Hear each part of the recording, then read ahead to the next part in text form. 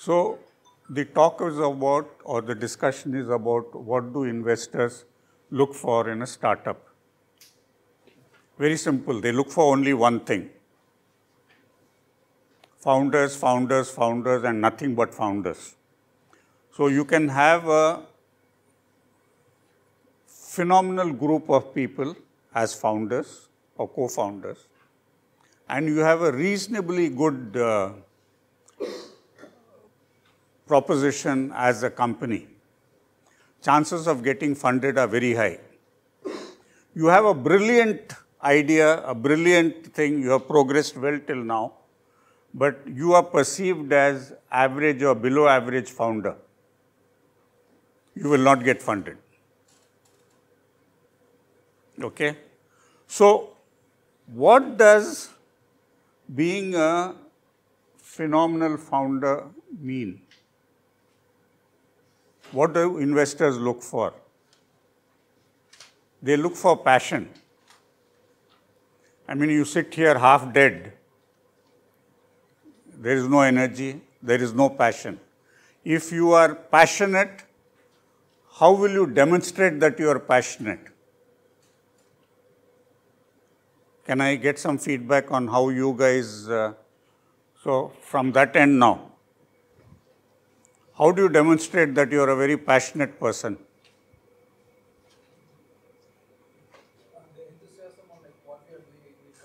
That's one English word translated to another English word.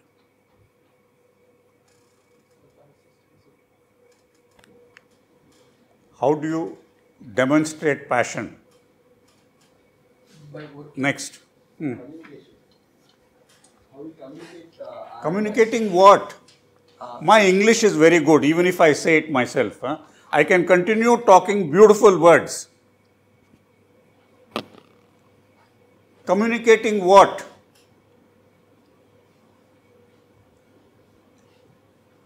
Communicating about our ideas and what we believe in. Okay. And how do you communicate your ideas? How do you demonstrate? By making eye contact, by the body language, you demonstrate that. That please talk in Chandu's session tomorrow. Today, we are discussing how you will demonstrate passion. Eye contact, very important. I mean, don't take that away. You demonstrate passion in different ways.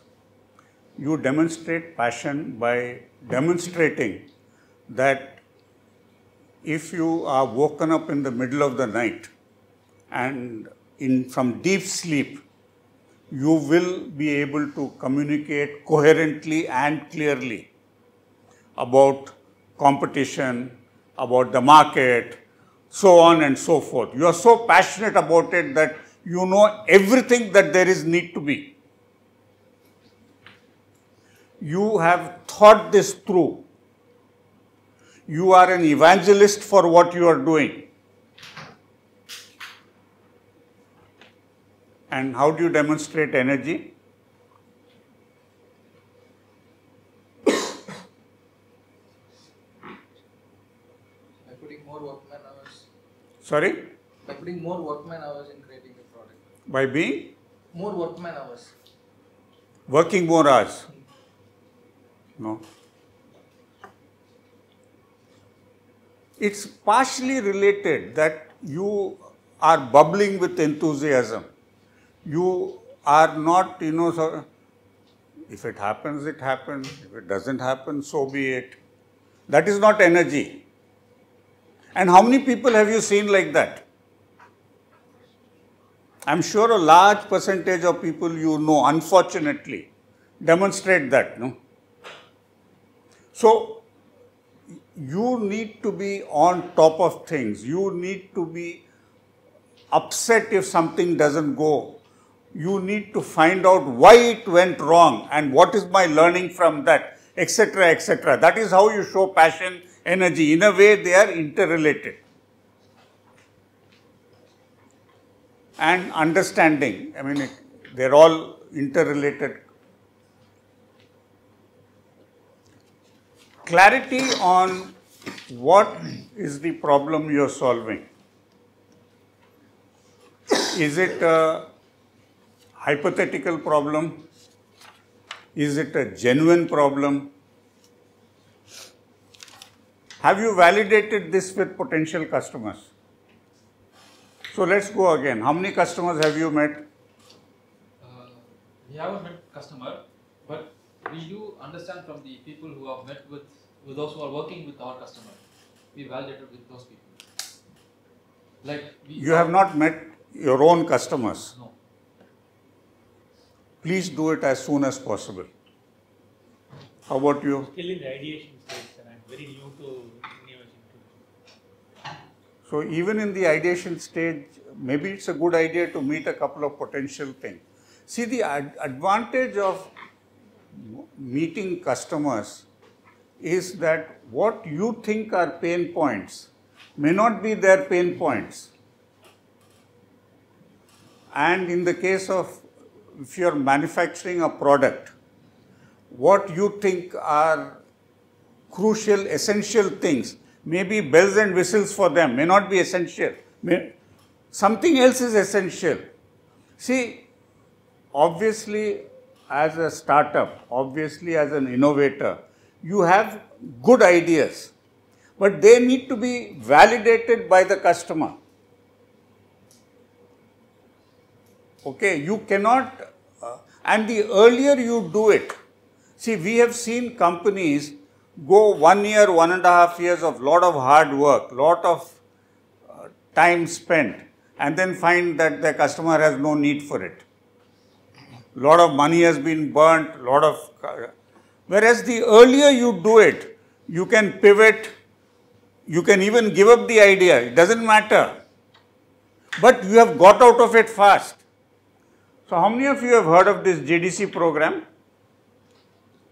You have. How many of you in your startups have faculty associated with it? Yes. You have faculty associated. I am a faculty. You are faculty. This is the team. So you have some student along with you. Are you aware of this? GDC, yes, sir, GDC. Have you applied for this? Yes, sir. You've been selected? We have completed the interviews, sir, awaiting results. Okay. So if any one of you, so I'll talk about the GDC program. GDC program is a program which is today restricted to companies which have some faculty associated with it. And there is no need that it has to be IIT Madras. It can be from anywhere. The objective is that how to transform or how to commercialize development work which goes on in the good engineering colleges. This is by and large engineering. And one of the key parts of this program is that they will fund you to meet 100 customers. And they will teach you how to talk to customers. See, you can't go and tell a customer, what do you think of this? You have to ask him properly. You have to ask him so that he comes out. It can't be a yes-no kind of a thing. Parts of it will be yes-no, but part of it has to be a discussion. And nowhere you discuss price. You only discuss value. Okay. What is the value your service or your product will bring to the customer? So, the earlier you do this, the better it is. So, why I am asking this in fundraising is that irrespective of what stage you are in, your potential investor will ask you, how many customers have you met? So, it is in your interest to do this from the perspective of refining your idea. So, you met with a company called Solinas on the first day. Yes. Okay? what did they talk about? The robots, They talked only about the product, or they talked about something else? And this word very well. What is moat? M-O-A-T. So picture the old Maharaja's palaces or the English castles. What do you see around that? Come on, you must be watching movies. Huh? Fountain. Fountain. That was inside the palace. What was around it? Outside? Water. Water. What did they call it? Moat. Moat. So what was the moat for? Protection. To ensure invaders didn't come in. Okay. So imagine your competition as invaders. So what is the protection you have? What is the lead you have over the competition that they cannot do what you are doing? Okay? And for God's sake, don't ever tell an investor, I have no competition and I have such unique products that nobody else can do it. Anything and everything in this world can be copied. Okay? And please also do not say, I have a patent. If the same discussion was going on in Europe or in US, more in the US, I would have agreed that patent is a protection. Okay? Because there, the companies are not run by business people. The companies are run by lawyers. And the damage claims are huge. So the lawyers will not allow the business people to infringe any patent. We are sitting in India, which at least has some respect, but our main competition is China, and they have zilch respect. Okay? So I actually know companies which has fantastic IP, but refuses to apply for patent. Do you know why?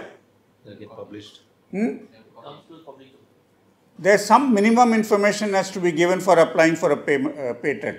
They don't even want to release that because they know that a patent doesn't mean anything in India. But I am not discouraging you from applying for patents. Please do not think that patents are a bad idea. I am not saying that.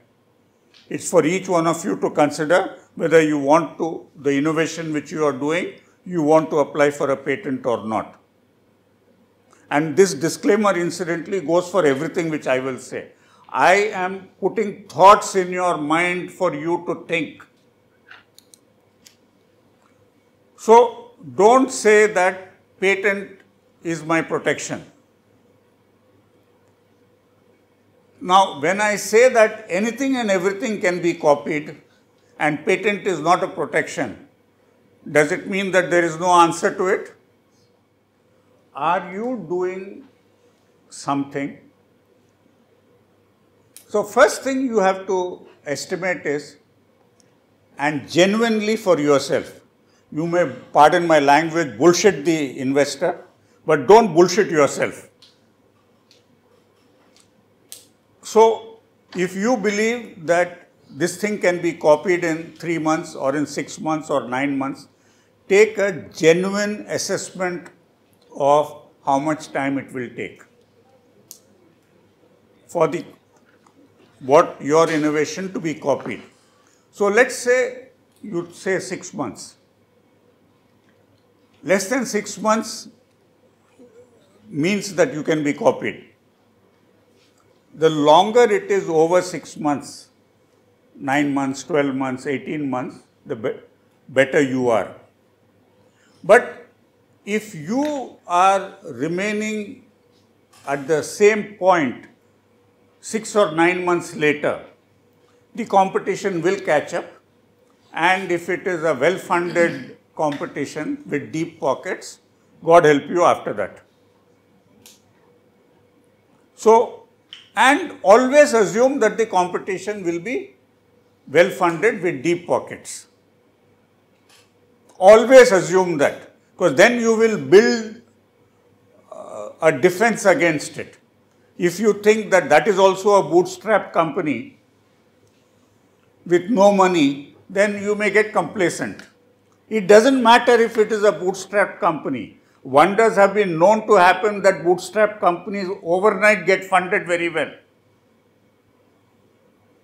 Okay. So, think on, always assume that your competition is with deep pockets, well funded. Or there is another way of doing that. What happens if tomorrow Mukesh Ambani wants to get into this? Or Mr. Gautam Adani, for that matter, he seems to be getting into everything. Okay? They may not get in, but assume that somebody like him wants to come in. How will you react? What will you do? So the answer is continuous innovation. So if you are here today and 6 months later you happen to be here today, at the risk of repeating myself, God help you. Because your competition will catch up and overtake you. But if in 6 months from today you are here, the competition will reach here. So the trick is to be always ahead of the competition. Okay? So this can also be called being ahead of the curve. Now, you can say this very easily, but your investor will want to know what are you doing to be ahead of the curve.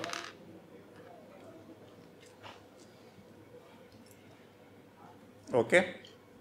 So, what really is your IP, is your protection, is your moat? Is it IP? It's the ability to innovate in that area. Sorry? It's the ability to innovate in that area continuously. Yeah, so but again, you have to be ahead of the curve. Is it product features?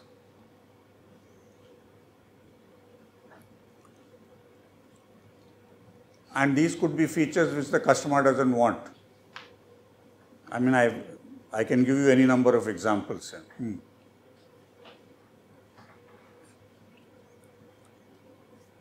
Design, and if it is a product and it is not, I must say that, if it is product, the reverse engineering is that much easier. How many of you understand this concept of reverse engineering? What is reverse engineering? For example, you have some big instrument, and if one wants to crack how you have designed that one, then you can disassemble everything, and then see how you can build and make that instrument again. So then you can understand that and read it. Partially right, but not fully. Any other thoughts on what is reverse engineering? So like if we have... How many of you are engineers here? They didn't discuss this concept of reverse engineering when you guys were studying? Not in that Or you bunked those classes? Okay. That was not part of the syllabus. So reverse engineering, incidentally, is not a recent concept. I passed out of engineering many, many years ago. At the risk of embarrassing myself, I'll tell you when. 1971, way before you guys were born, and in the case of some of you younger guys, maybe even before your parents were born. So, reverse engineering existed then. And I have done reverse engineering when I passed out. What is reverse engineering? You take a product and meticulously, so let's say I want to do reverse engineering of this. Remove every component, put this aside. So let's say the external casing. I measure this, I make a drawing exactly like this, and then go and produce the product with the drawing. This was what was done 50 odd years back when I passed out. You know how it is done now? And for us it used to take time because we would sit and painstakingly measure this, and this has a curvature and all. Straight lines are faster and easier. So this takes a little bit more time. So it will take time. You meticulously measure this, you sit and do a drawing. You know how much time it takes now? A couple of minutes. Sorry? A couple of minutes now. It may not be that fast, but you're getting there. Days. I have seen places where they do this. I mean, it is sophisticated laser pinpointed measuring connected to CAD/CAM machines. I mean, it is incredible the way they take it out. Principle remains the same. What we did 50 years back, and I'm sure it was being done 20, 25 years before I started doing it 51 years back. So, if it is a product, it is that much easier to reverse engineer. Design, is that your uniqueness? The day you release it, it becomes public knowledge. And cost, how many of you say that cost is my moat or cost is my differentiator? For God's sake, don't say that in front of an investor. Even if it is. Because just like you were able to reduce the cost, tomorrow your competitor will reduce the cost below that.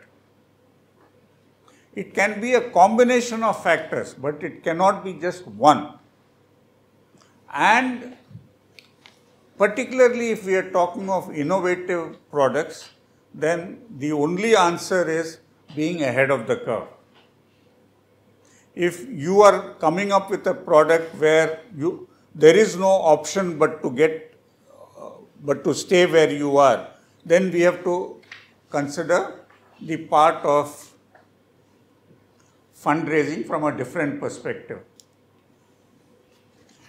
Your investor will look at, is the business sustainable? I mean, you guys can give me examples of Dunzo and Swiggy, which after 20 years are still losing money and are getting funded, each time at a higher valuation. I mean, I still haven't understood what is their business model. I still haven't understood why investors are funding that. I'm told that it is last man standing. You understand what is last man standing? Ultimately, only 2 guys or 3 guys will survive, and then they will raise the prices. They've been saying this for 20 years.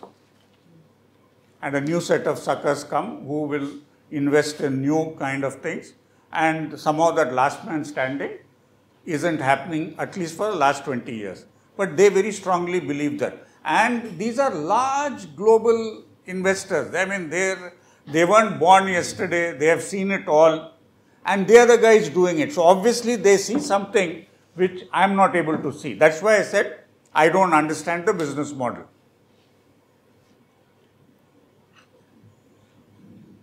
Today, you cannot get away with that. And this last man standing concept is applicable more for consumer items where there will be huge, huge volumes. If Swiggy was selling 20 crores a year, nobody will know what Swiggy was. Okay. Dunzo, last year, their sales were 300 crores, their losses were 400 crores. I mean, I'm an engineer by background. I ran a company for many, many years. I can't wrap that around my head to figure out how a company can lose more than its good sales. But they have achieved it. And this is all published information. I mean, this is not information. I read a lot, and towards the end you will see that I will urge all of you also to read a lot. Unit margin. What do you understand the concept of unit margin? Profit on particular component. Sorry? Sale per component. Profit margin per component. How do you define profit? Expenditure. So minus unit margin, gets into a complicated subject. The last time we did this Boeing build exercise, we had a session on costing. But this time, I think for shortage of time, it has been. So fundamentally, unit margin is your net selling price, not what the customer pays, but what is net to you.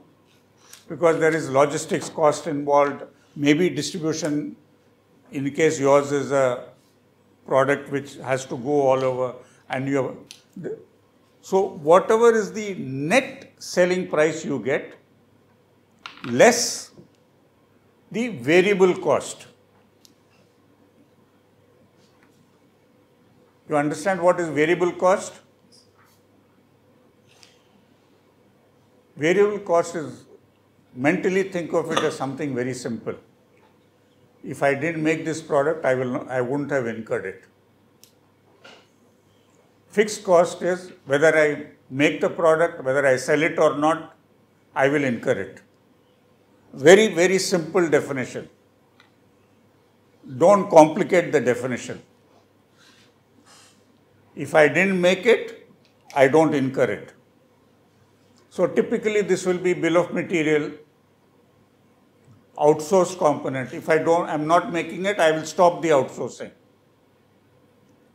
If I'm not making it, I will stop buying. So there is the bill of material invariably is your variable cost. Labor you will pay irrespective of whether you make it or not. Sales guys you will pay irrespective of whether you sell it or not. So all those are, so remember this definition. There can be other items pertaining to variable cost, but we could discuss that for 3 hours, so I'm not getting involved in it. Just remember that it is by and large bill of material. So your net selling price minus your variable cost needs to be positive and substantial. Let it not be another dunzo. Okay?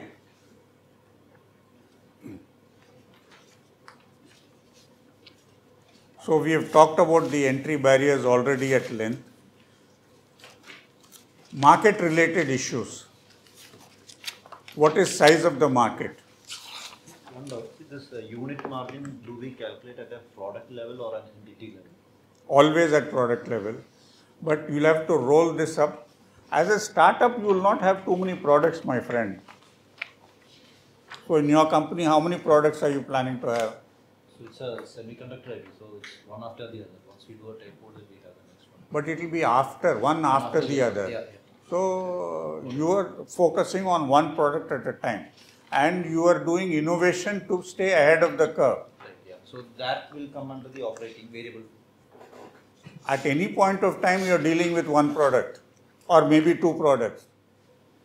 And you innovate. If today, for instance, you had 50 components in that chip of yours, tomorrow you may have 75. That is the next generation. Next version. We will also touch upon this briefly in another context later on. Size of market. How many of you, what is your product? So it is a ceramic chemicals. Okay, what is the size of your market? So it's $3.5 billion globally. Okay, so you are not going to sell globally. So what is the size of the market in India? Sorry? $1 billion. And what is your source of information? So, reading through various sources. So is it published information? You can quote published information. No, not for the Indian scenario, but for the global scenario. So it doesn't mean anything then $1 billion. you need to be able to give source of your data, or there is a concept called derived demand. If in that concept, from published data, you develop what is the total demand for your product. But ultimately, it needs to go through some published data.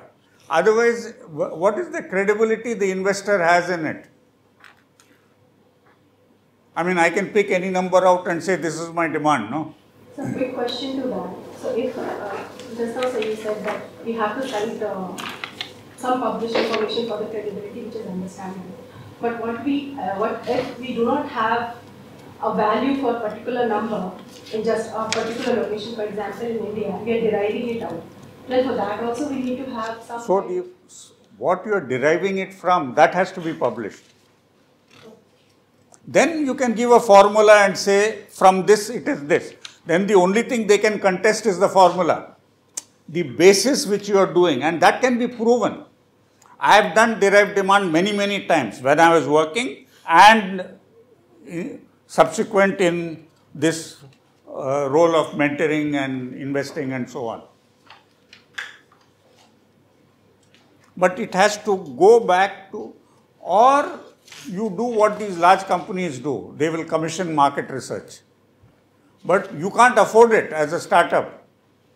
You guys are bootstrapped. Even after your first round of funding, second round of funding, you will still not have the cash. If you have the cash, there's something wrong. For market study, there's something wrong.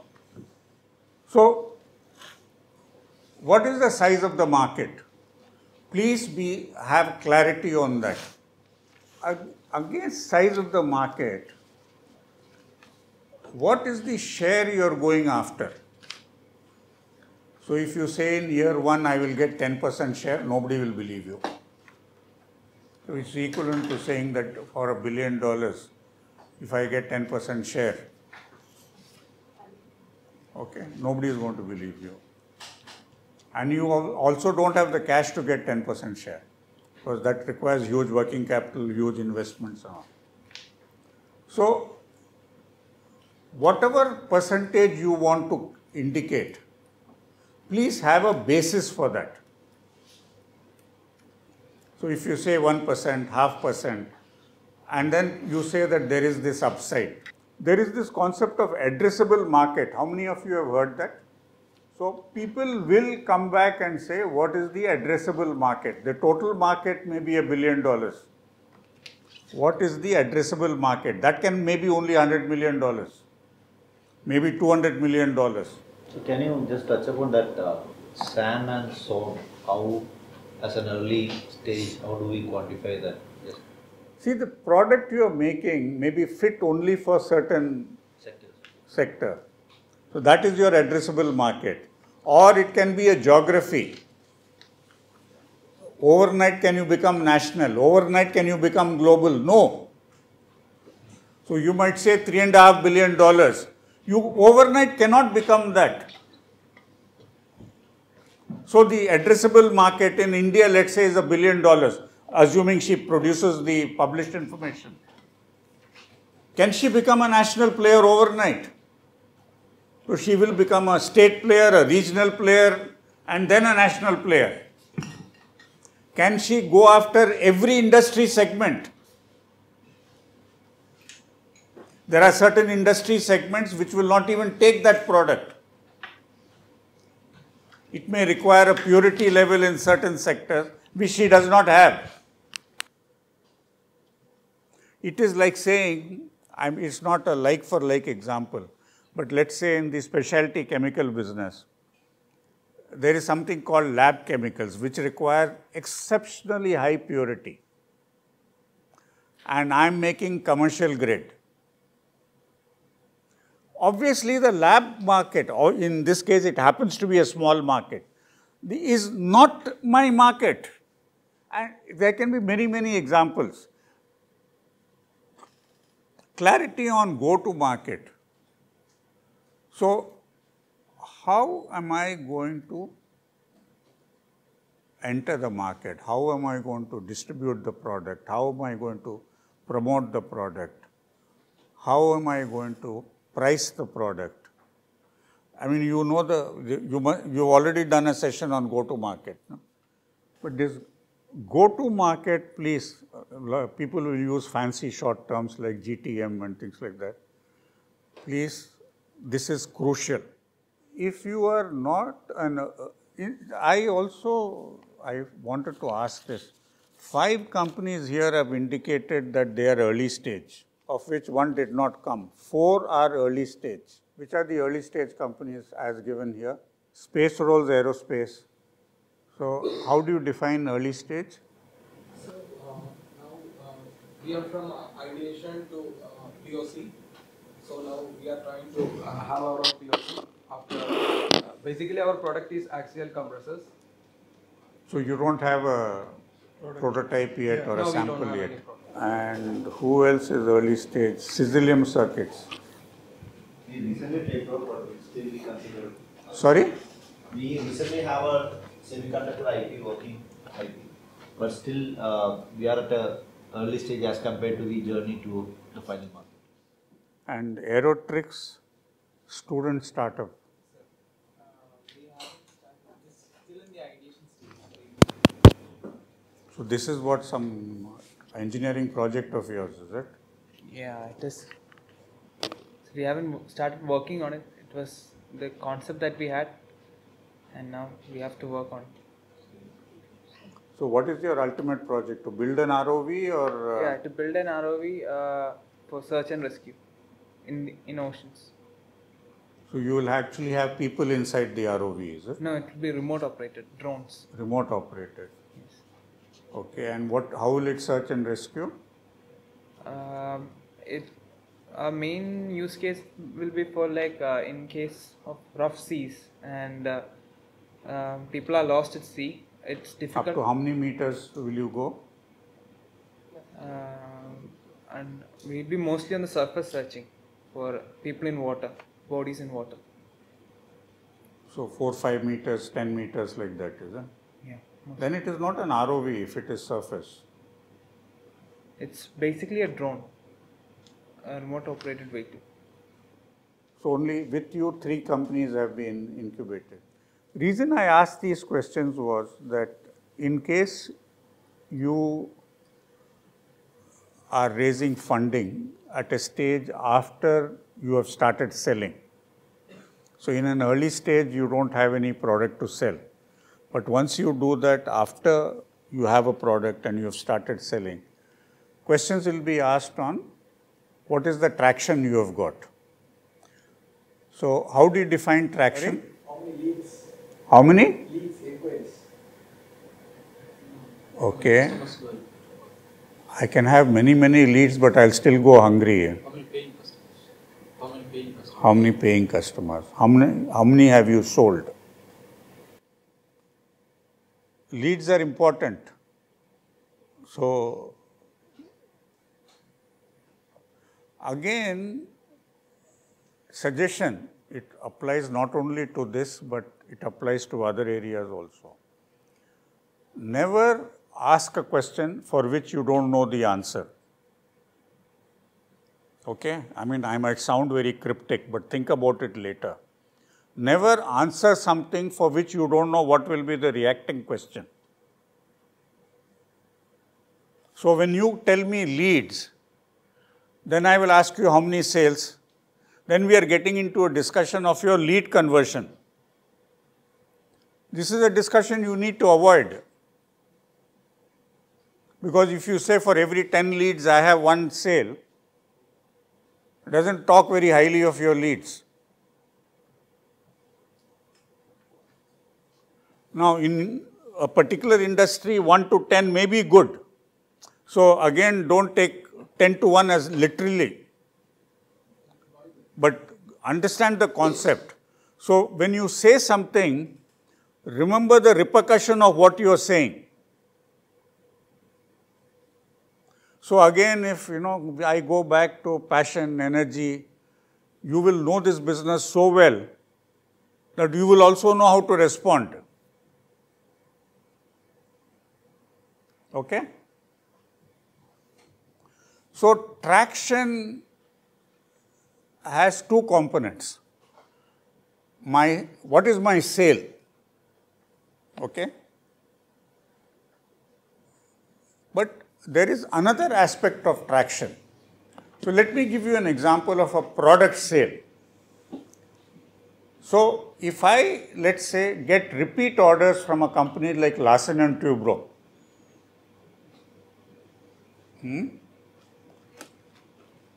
it is a stamp of, because first time they may have tried the product, they have given you a repeat order, means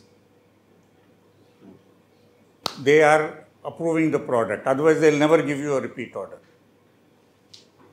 And if they have given you a repeat order 3 times, it is they are endorsing your product virtually. I mean, they will never give you a letter endorsing it, but it is an endorsement.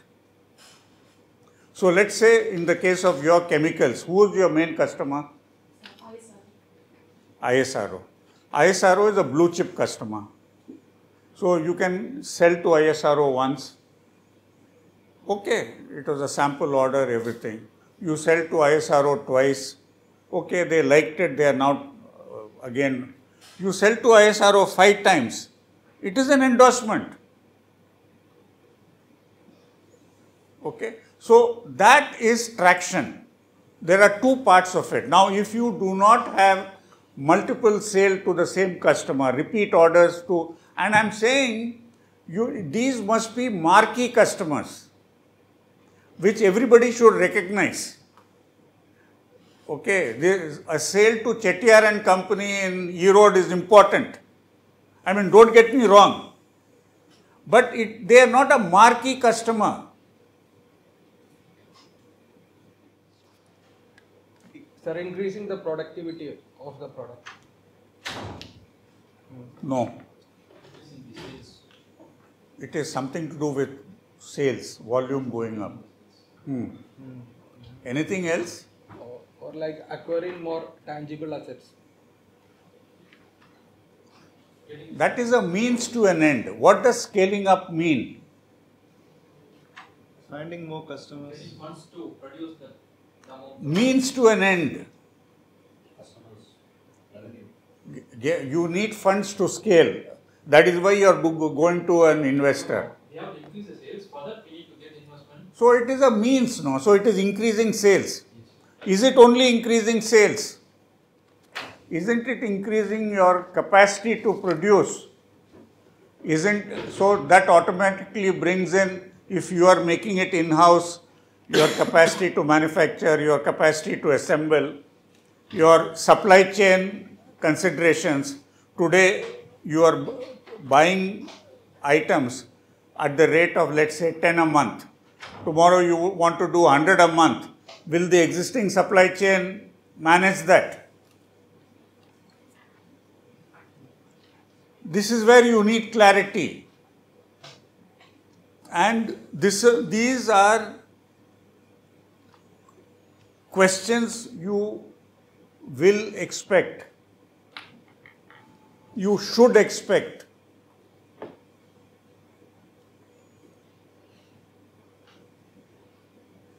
What is the purpose of asking funds is to scale up? See, it's a very interesting question you have asked. Growth stage funding, people are far more positive about it than they are for early loss funding. See, suppose you are not breaking even for whatever be the reason, even if you are not a dunzo. Okay. But unless you have a particular volume for the expenses you are having, you are funding, you are losing money. But if you are asking for money for growth stage, scaling up, then people look at it slightly differently. But you must have very good answers for all the questions which they will have on scaling up.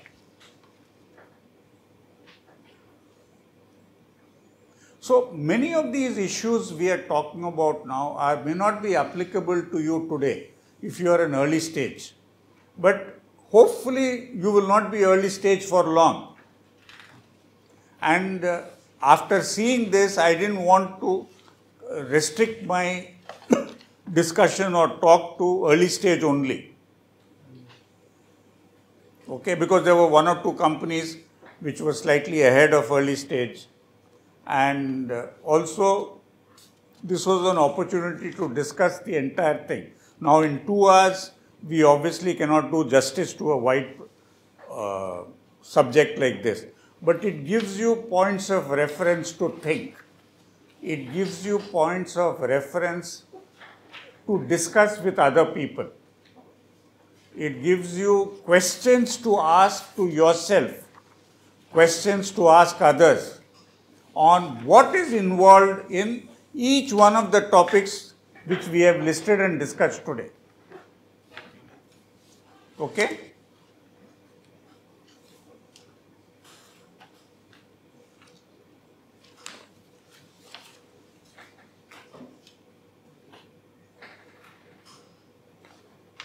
So, I think somebody covered about this minimum viable product. No? What is the minimum viable product? And why is it relevant? How many of you are in the product business? Okay, so what is the minimum viable product? It was covered yesterday or day before, no? No? Today morning. Today morning. Okay. Like, You need to speak louder, partially for me and partially for the... Okay, sir. Bringing some features, at least some features of the product, final product, into reality to exhibit it so that we'll have MVPs. So what do you do with an MVP? Test the customer whether the product is satisfying the customer. That you should have done long time back, yeah. Even before you came to the MVP stage. A product that has surpassed validation and there is a different market for it over a different period of time. So why is MVP relevant and why do people insist on it or talk a lot about MVP? That is a definite source of income for the company over a duration. That sells for the company, definitely. Okay, that is the positive aspect of it. What is the negative aspect of it?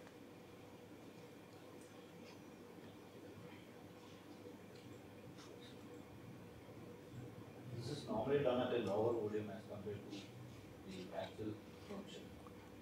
No, I don't agree. See, typically, all of us in the startup space believe that we are innovators. So, we will continue to innovate till kingdom come. And we will not release a product saying that I can improve on this, I can improve on this. Okay. So, that is why this concept of MVP is very important. That you take out a product which you believe has a market. And then you do version 2, version 3, version 4, it depends on your imagination after that. But you will start earning revenue, you will start seeing reaction, you will start seeing traction.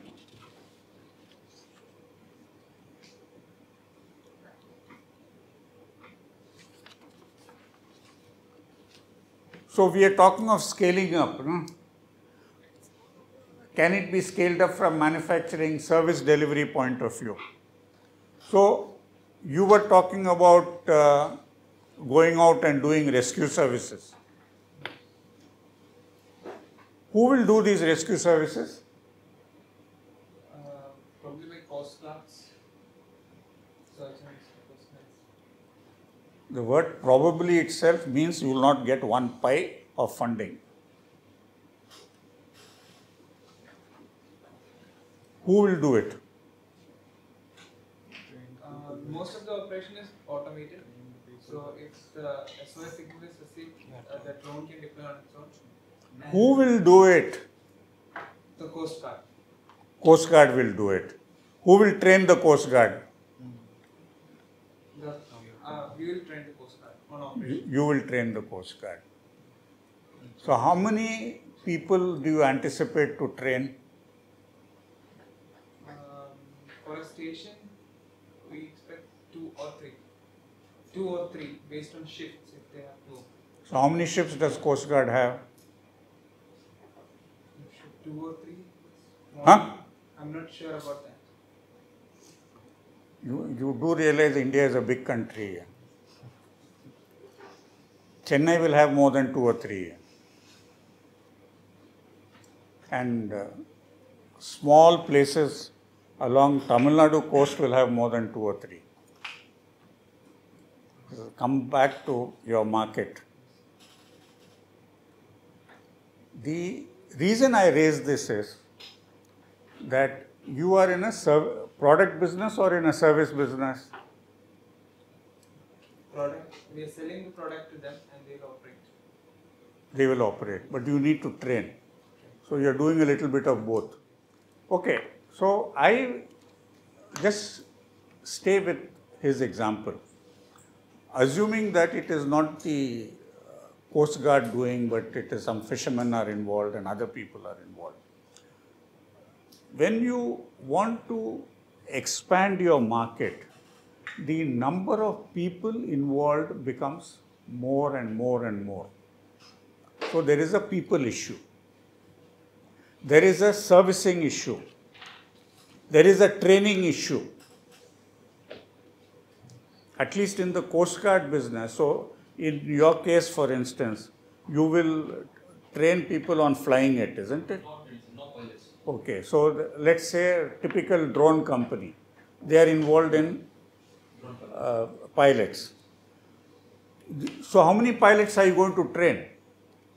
And the pilot will quit tomorrow and go and join somebody else. I mentor a company where this is one of their biggest problems, that they are training people as they are expanding, and that guy happily goes and jumps ship. And they have tried everything to retain people. Okay, it becomes expensive, it becomes complicated. So the idea ultimately is that can my training become, or can my offering become something like what I call McDonald's? Why do I use an example of McDonald's? Can anybody guess that? Repeatability, replicator. I have been to McDonald's in at least maybe 30, 40 countries in the world.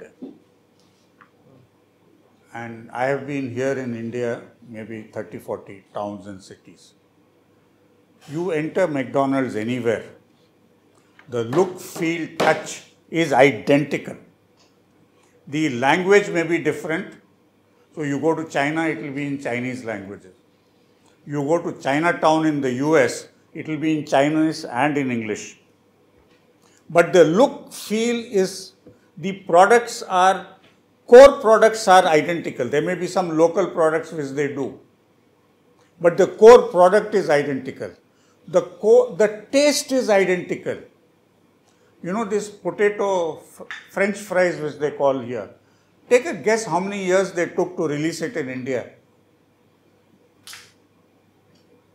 3 years. Something as what we think is stupid like a French fry. I mean, my grandmother and my mother would have laughed if to say that. But why are they doing that? Because they want the taste of that French fry to be identical whether you consume it in India or whether you consume it in the US or you consume it in China. So they have researched the potato to say it must have so much of this content, so much of fat content, so much of this content. And it took them 3 years to develop that strain of potato out here. And after all that, McDonald's doesn't make their French fries themselves. It is made by a company called McCann's, which incidentally sells French fries independently. Same vendor to McDonald's. You know how, one step more, you know how McDonald's makes French fries in their outlet? At home, I'm sure you also do this, when you fry whatever you fry, you go by experience. But what is the continuity of the taste? There what happens, the oil is maintained at a fixed temperature, temperature controlled, which we will do in manufacturing. So in that retail outlet of theirs, where they are making, it is at a fixed temperature. When they put that frying thing inside, they press it and the timer starts. And it ejects after, so it cannot be over fried or under fried. That is the depth what they have thought. Now, none of us are going to do McDonald's. The reason I am spending so much time is that if you want to replicate, particularly in a service business, or even in a product business, the after-sales service, irrespective of if you are selling a product and it is getting supported in Delhi or in Bombay or in Chennai, it must be the same. The response time, even if it is an engineering product, and the moment you start selling it in US, it's a new ball game altogether of giving after-sales service there. Think McDonald's, think French fries. How do I duplicate, how do I ensure that I am consistent to a customer? The words they use are identical. When you go to that boy or girl who's most probably a student working part-time, the words they use are identical. They go to the extent that the message in the washroom is identical. See it next time you go out there. Issues relating to getting consistent quality of product or service. So this can be a manufacturing issue. Think how they get French fries out. It's something more than getting French fries out, but I think you're getting this thing. Service, it comes back to founders. How does all this comes back to founders? You can start from there. Founders need to understand this. And I talked about being woken up in the middle of the night and talk about any topic which we went through and million other topics we have not gone through. You must be able to effortlessly discuss it. As it is relevant to your business. Now you go and talk McDonald's to somebody, they will say, have you lost it? But if you use the example of McDonald's, saying that from that I am building processes, it makes sense. Now, whether you choose to use McDonald's or not is your choice. I would suggest don't do it, because if they get into it and you get some crazy guy like me who has tried reading a lot about how McDonald's has done it, I mean, it's not worth it. So you understand this passion, energy, all that, and how it comes around. So if you do not have answers to this, what does it mean? You don't have the passion for it. Because if you had the passion for it, you will know all this. You would have researched this, you would have read about it, you would have gone to other people and you would have thought about it.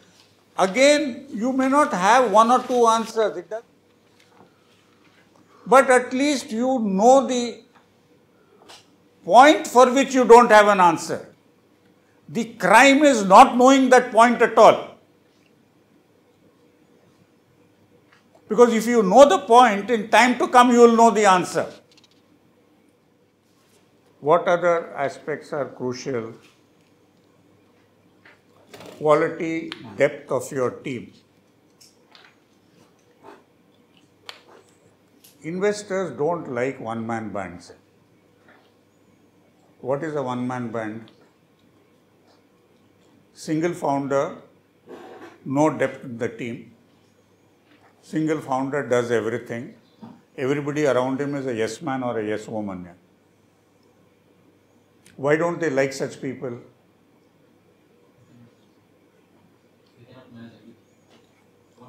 God forbid that guy drops dead. What happens to their investment? Let's be practical here. Obviously, the company will struggle, there's no doubt. But it's also your own personal this thing. So typically, they like companies with co-founders in them.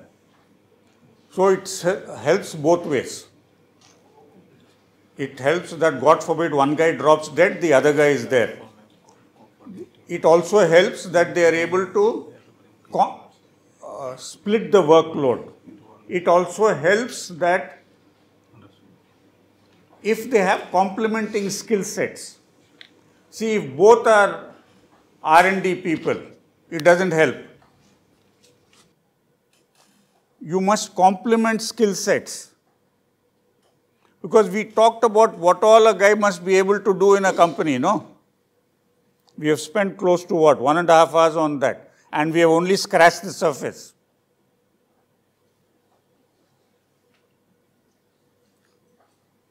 And how good is your team? So they may not be a co-founder, but they are key people. So when, incidentally, if they like initially, there will be a due diligence done. You understand the concept of due diligence? This is crucial. So if you do not understand the concept, we'll spend time. Can you explain? Okay. So in your pitch deck to the investor, you have said some very nice things. Okay? And Chandu will tomorrow talk about storytelling, and let us assume that you become an expert in storytelling. Okay? Not a bad thing. Huh? If you are not good at storytelling, you will not even cross the first stage. So you need to be you need to develop a good story. You need to have a good deck for the investor. And let's assume he buys the deck. He likes what you have written in that. So you think he'll give you money on the deck?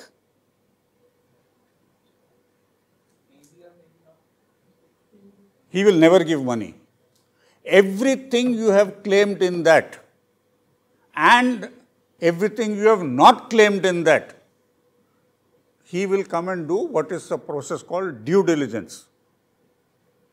It's also called DD for short. The abbreviation is DD.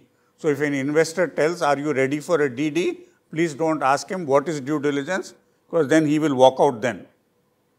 So in a due diligence, all this will be and more will be probed. So they will want to see your HR structure, how many people you have, what is the quality of the team, and they will not believe you. They will want to talk to those people with you outside the room. I have been part of due diligence. I know what all I ask. Okay? So, and when they talk about your team and HR, they will invariably bring in some guy who is very strong in HR. When they talk about your depth of understanding of competition, customers, environmental factors affecting your customers. So let's discuss this. You said you're in the drone space, no? So talk to me about the environmental factors affecting drones. what it was 3 years back and 2 years back and what it is today? How long have you been in this startup? Past 2 years. So what it was 2 years back and what it is today? The regulations were changing. What is it? We don't have any regulation as of now to fly the drone beyond visual line of sight. The drone has to be fly only with the presence of an operator. Now, Okay. the government has given relaxation to operate for certain companies, not for all the companies, for certain startups. It has given blanket relaxation? No, only for the 20 startups, and for the two. For those 20 startups, have they given blanket relaxation? So what is the limitation? They have to do in their private space. There has to be some operator who is responsible for operating the drone. So how does this affect your business? We are focusing on beyond visual line of sight. Like we are sitting in Chennai, we can fly a drone in Bangalore. The pilot will be in Chennai, Okay, and the drone can be in Bangalore. okay, So he can fly from here. okay. So You are not permitted to do that today. Okay. So why will somebody fund you? the future of drone is going to be in. Future is a nice thing. Who has seen the future? But that cannot be the sole basis. So what are the guidelines you are saying are relevant to what you want to do? You need full clarity on that. Is there a white paper out? Okay. Anybody else would like to go and we can discuss their case? So regarding this environmental factors with respect to our venture, What do you do? we are into semiconductor. There are not too many factors affecting you. Let's talk a factor, somebody which affects. The environmental factors affecting our customers could be the turbulence or the birds which fly high in the skies, and also the potential climate change. That is not what I mean by environmental factors. What I mean by environmental factors are government regulations or it does what you are saying partially affects, but it's also a skill set. Yeah. It is like birds getting sucked into when a aircraft takes off. So what are they trying to do? They are trying to scare birds away from that. But it is a danger. Yeah. It is an environmental factor. Yeah. But typically these would be factors which affect the performance of your performance or your customer's performance or the market dynamics. Everything. So sound and temperature, sound levels, decibel level, and the temperature have some regulations, international regulations, so that we have to In manufacturing or in use? Use. in use. Manufacturing, we have to test it. They test it before you use. We can manufacture, or like we can design the entire engine accordingly only by looking into those regulations, because that is one of the pain. One of the pain the manufacturers are going through actually when they are trying to get more robust output, but they are. So who's your customer? Customers will be main engine manufacturers like GE, sir, right now, and the collaborators we are targeting. Okay. So in my opinion, your primary regulatory requirement is your certification. Yes. Okay. Certification by people like GE, Yeah. which is not easy. Yeah, definitely. I know companies which have been trying for 3 years and have not got it. And your manufacturing, you need all sorts of approvals, AS 9100, NatCap. You're familiar with all this? Yeah, we know a few regulations, and as well as All this can take you 3 years, my friend. Okay. So your customer will not talk to you till you have all this. Yes, sir. Sir, like our technology, what we are pitching now is like in front of them is like our technology can easily pass all these regulations. Easily pass and passing are two different things. Look at it from an investor point of view. Negative. So the investor in his due diligence will bring a guy who understands these regulations. Why am I able to spout the exact numbers? Because I mentor a company which is trying to sell in the aerospace business. So customers of that company will not buy unless they are AS 9100D certified, they are NatCap certified. This company got it after some 2 years. In spite of that, they have been able to sell to certain customers. In spite of that, they have not been able to get into Boeing or Airbus.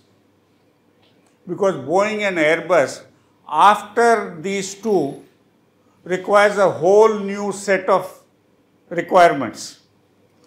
GE, I don't know, so I can't comment. But I would suspect that it is something similar. Yes, sir. We have an advantage actually.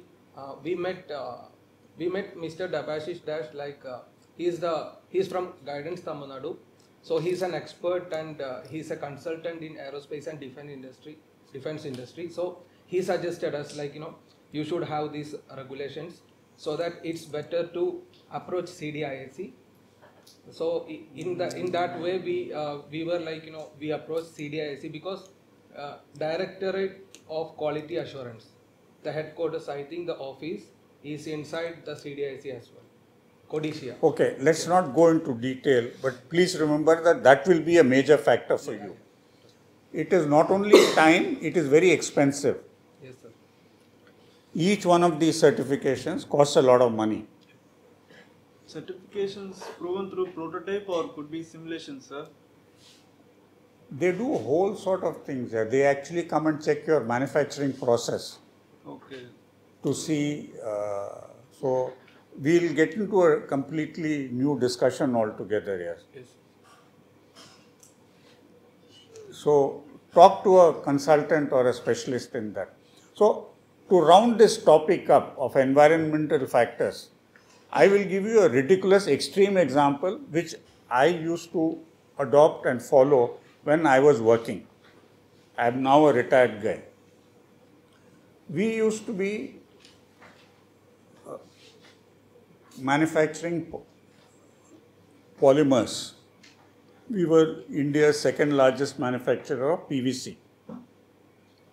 The largest manufacturer was Big Brother Reliance, but we used to say second very proudly, but they were some 4 times our size.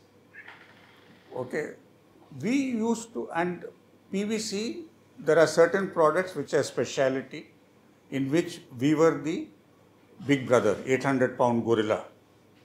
We used to control some 80% of the market. But in the commodity chemicals, big brother was whom I mentioned. And there were a few others who were just below us. So the reason I'm giving you this background is that it is a commodity market. So today you can buy from me, tomorrow you can buy from him. Specialty resins are not like that. If you set your recipe to me, you will find it very difficult to switch to somebody else, and you will most of the time say it's not worth the problem. So in the commodity chemical business, the market is fluctuating based on the oil prices. Because at the end of the day, it is a downstream product. But it also depends on supply and demand.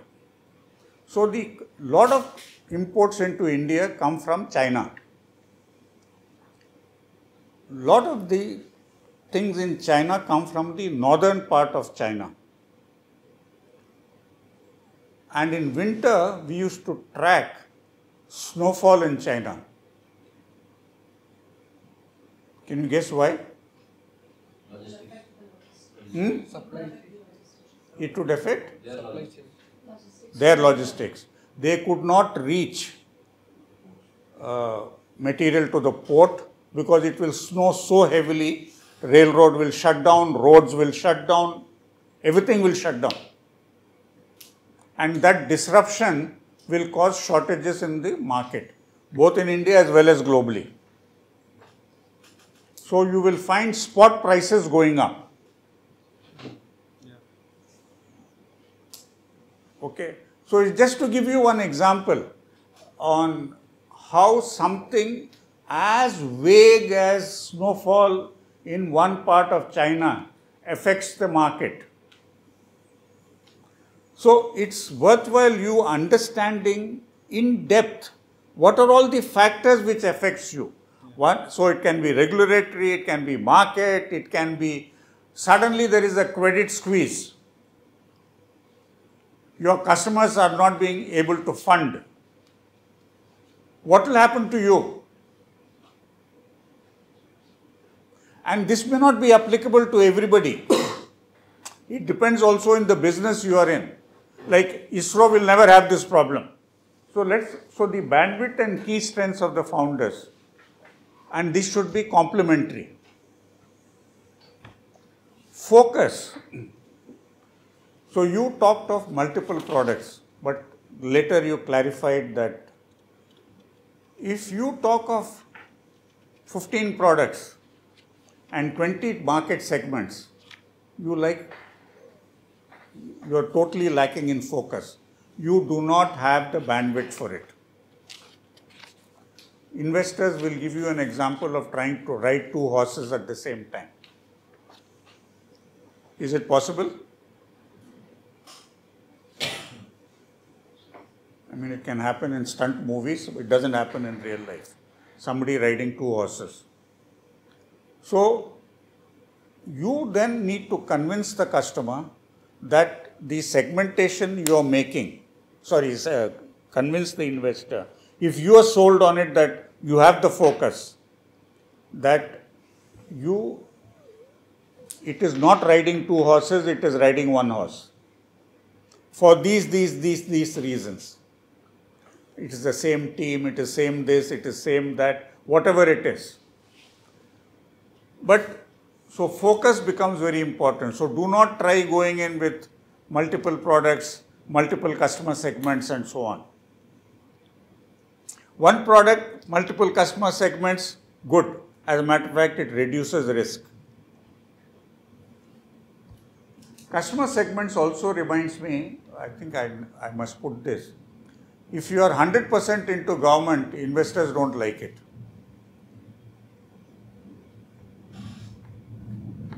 Okay, please remember that. Your in-depth understanding of competition today, in the future, and please remember they will bring in specialists in the due diligence. So don't think that you will get away with what you are. You assume that those people know as much as you, if not more. Then you are more prepared. Your understanding of customers, their segments, what they want, the volumes they will typically buy, what are the service levels they expect from you.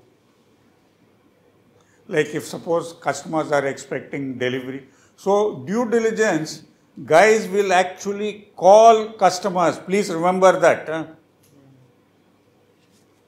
They will go and meet your customers. Okay? It is not you use some beautiful words in English and beautiful presentation deck as Chandu will talk tomorrow and everything is done to. That is only the first step for them to agree to consider funding for you. It's a very crucial step.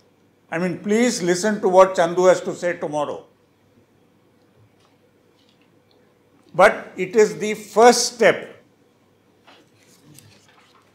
Market size, we touched on that. Environmental factors, we touched on that. Issues relating to quality of manufacturing service.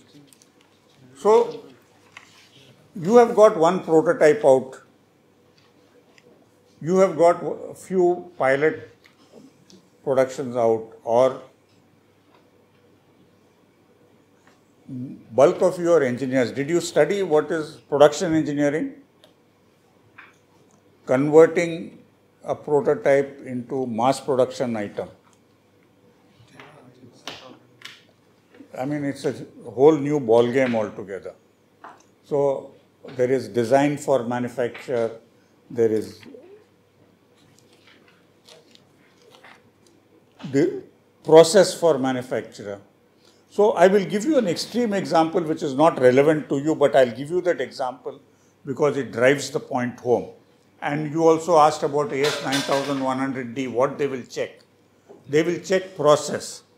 That is there repeatability of what you are doing in the manufacturing process. See, today nobody inspects quality. You manufacture quality. So how many of you have heard this expression 100 ppm and 25 ppm and 50 ppm? What is that? What does it mean, 50 ppm? Sorry? Out of 50 parts, one component will be. No. Parts per million. Parts per million. Parts per million. 50, if you produce 1 million parts, 50 parts a manufacturer will, a customer will accept as out of spec. Okay? That is the tested result of customer expectation. Sorry? That 50, that figure is from a customer perspective or the result of? It can be both. If you are an automobile vendor to in the automobile sector, if you are not a 100 ppm vendor, they will not even talk to you. So they will come and do their own audits in, just like AS 9100D for aerospace, there are equivalent audits for certifications for automobile. I don't remember the number now, but so what does that ensure? That there is repeatability in your manufacturing and there is consistency in the quality. Now, you may say that I am not going to produce 1 million pieces or I am not going to produce 500,000 pieces. That is not relevant. The relevant thing is to understand concepts involved. In the aerospace, he will never produce 500,000 pieces. But the concepts actually in aerospace are even more stringent than what it is in automobile. The logic is the same. So you will design the product for repeatable quality. You will manufacture the product for repeatable quality. So what you did in the prototype in the lab, what you did in the first few pilot pieces have no relevance to what your bulk production will be. Now it may not be applicable to everybody, but it's good to understand the concept. Go to market, we spoke about. Sir, like one small doubt, sir. Like you were talking about due diligence. When they bring in an expert like for instance, talk about the technology of the product as well. So like as a startup, like if somebody is coming in and asking about the technology, can we open up and tell them the... You don't talk about the crucial aspects. You only release as much as you believe that it is okay to. Don't talk about new, very crucial IP matters. They will understand. When we talked about being ahead of the curve, talk very broadly, saying this is what I want to do. But if you talk with the passion and with the depth of knowledge, they will accept that. But if you are trying to fly kites, they will realize that also. Please remember, these guys are seasoned guys. Okay. I will go back to, I told you there were some horror stories and mistakes. Some of the disasters in my investing. I have had 3 deals, 3 places where I have invested, which have gone wrong. Okay. Either complete write-offs or company is still surviving, but God alone knows, it's on oxygen here, let me put it that way. Can you guess what is the one common factor between all 3? Founders? Exactly. I misread. In 2 of them I had doubts, but I said, for other reasons or for sentimental reasons, I decided to invest. So I am now convinced that sentiment shouldn't be brought into it.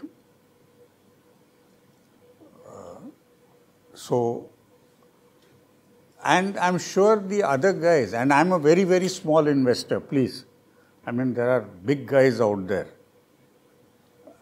I'm very, very small. And if I have such experiences, then you can imagine the kind of experiences which the other guys have.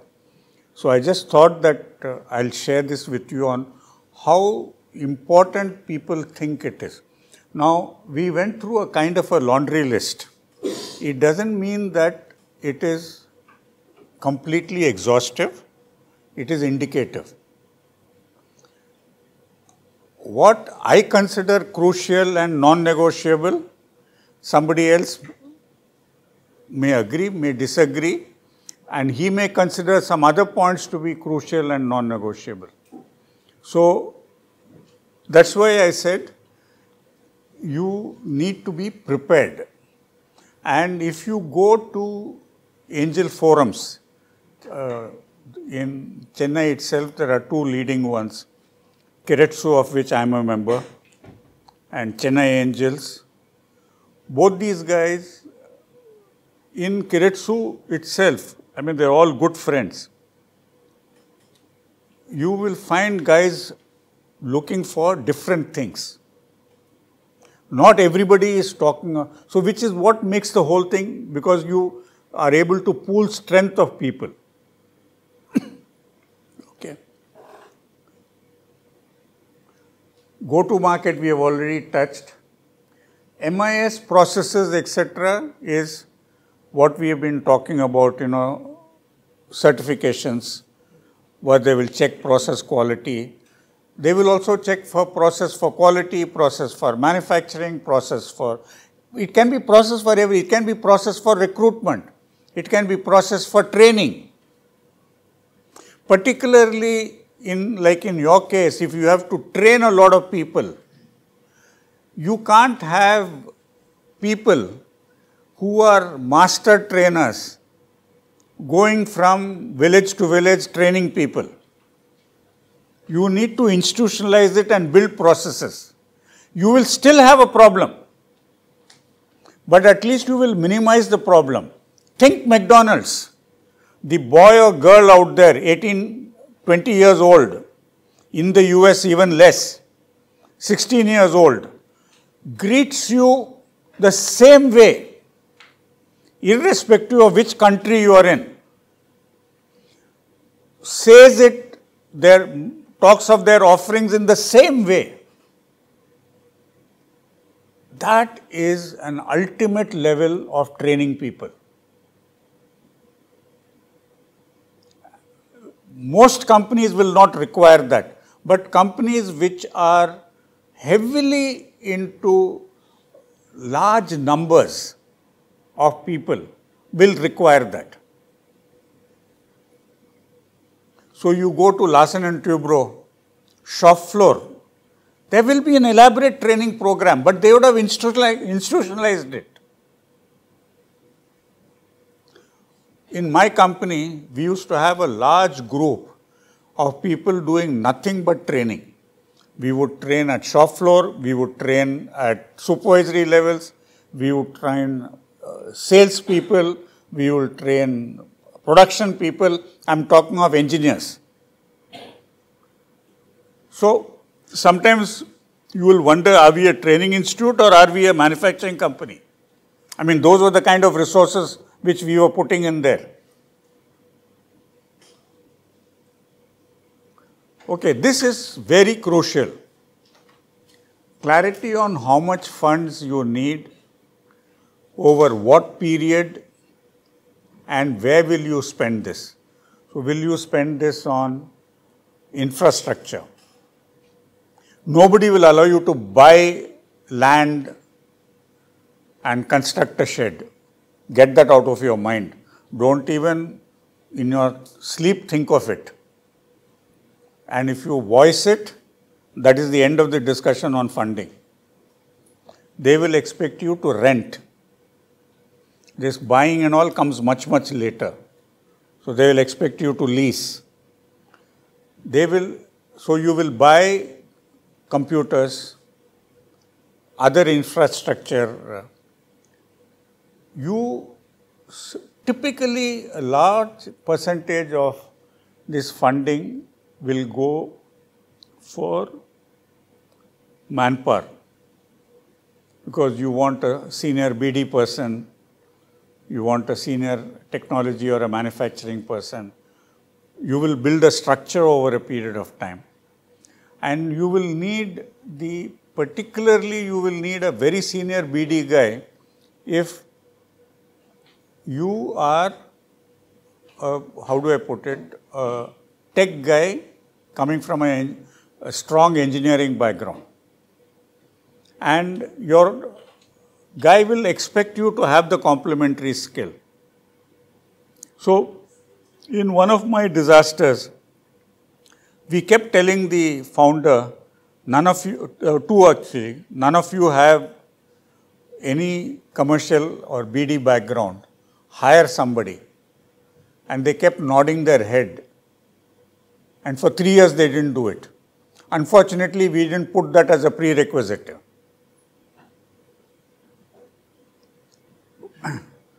So, what? Prerequisite you meant as a criteria before funding is? No, we can see, you don't have to release the entire fund, no. You can say that I will give you X amount today, and once this is done, I will give you the balance. It can be all sorts of permutations. Everybody gets very creative in this. Over what period will this be spent? Are we talking next 1 year, 1.5 years, 2 years? Do not do anything for 6 months, because by the time you consume this, you would have started, by the time you get the money, because typically to raise money takes, if you are lucky, 6 months. Typically look at an 18-month horizon.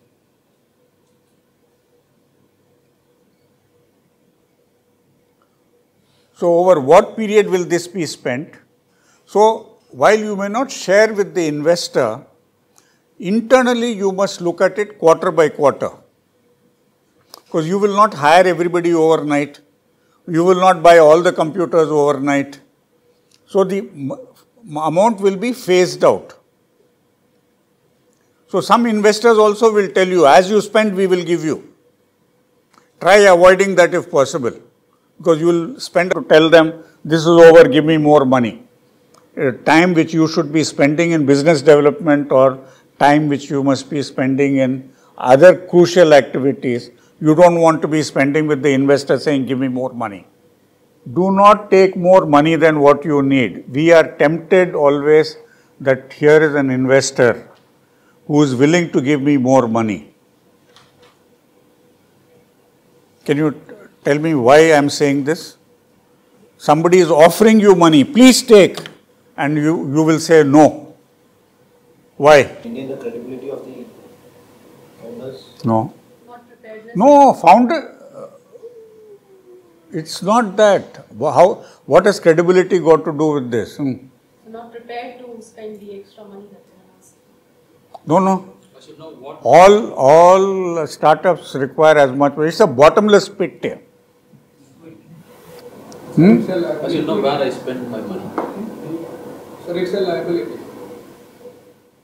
Yeah. It is a liability. You are now talking like an accountant here. That is not. Come on, you guys are. Let's give you an example. So let's say your company gets valued at 5 crores. Okay? And ridiculous example, he is willing to give you 5 crores. What does that mean? 100% of your company you have given to them. So let's say it 2 crores. What does that mean? You have given away 40%. I'm giving you ridiculous examples more to drive a point home. Okay? So when you need 2 crores, he says, I'll give you 3 crores. You would have given away 60%. Now you can do the math in any combination you want. So let's say you're valued at 100 crores, which is for a startup early stage is a pipe dream. That will never happen. Okay? Typically, depending on how fantastic your ideas are, early stage, you may get away with maybe 10, 15, 20 crores. I mean, unless you have such outstanding, breakthrough technology. Okay, so ultimately you have to judge for yourself. So let's say you are able to get 100 crores, you have something breakthrough, in which case you can get even more than 100, but 100 itself is a pipe dream. And you raise 3 crores. You have given only 3% of the company. Now, early stage, let's say the company is valued at 15 crores.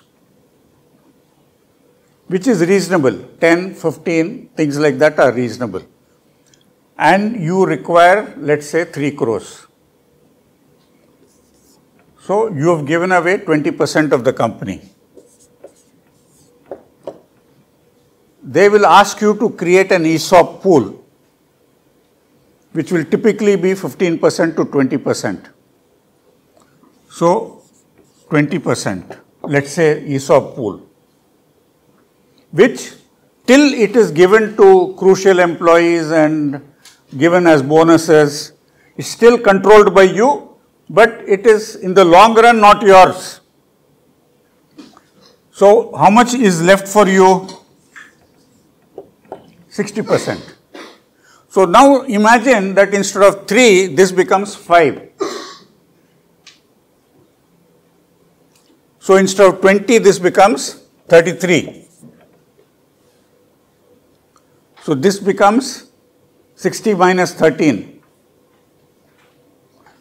So the more you give at the earliest stage, the more you will lose, because it is a valuation game. So the investor is not an idiot.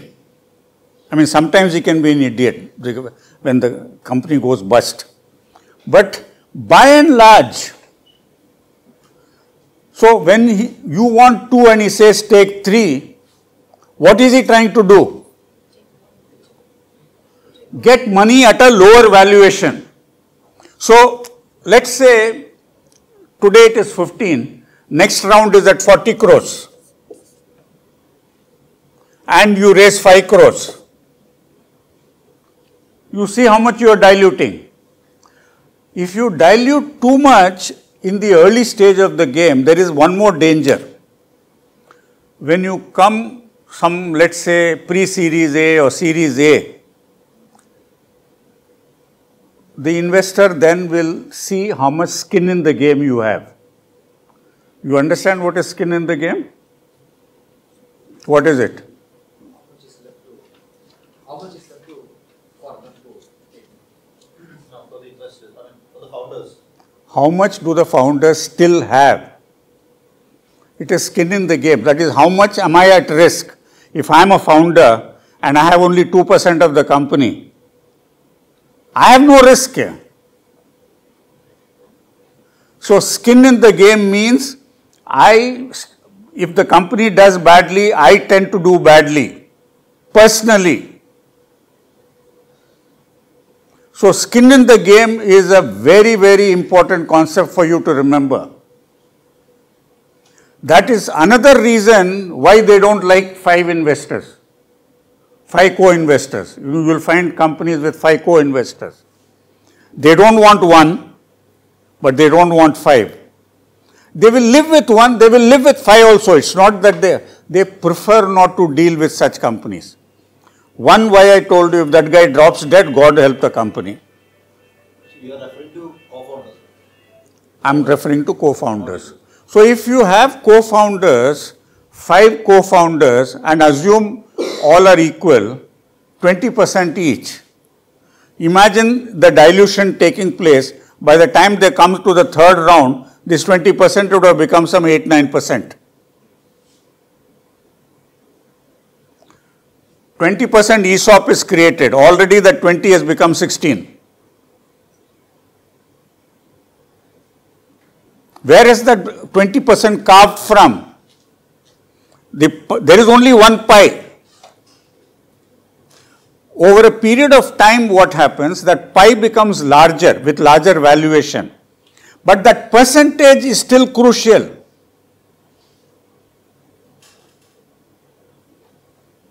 So never take more money than what you need at that time. When I say at that time means over an 18-month period.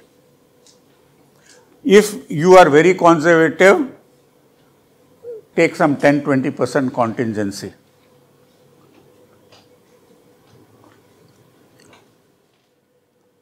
For one thing, he will not even talk to you, but assuming that he talks to you. But if he buys into that story of yours, which Chandu will elaborate tomorrow, he may come in with a smaller investment. Again, by and large, avoid a single investor. Do you know why? No.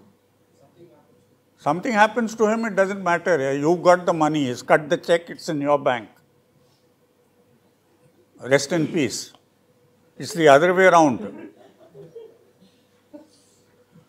The reason you shouldn't have is, so let's go back to this exercise.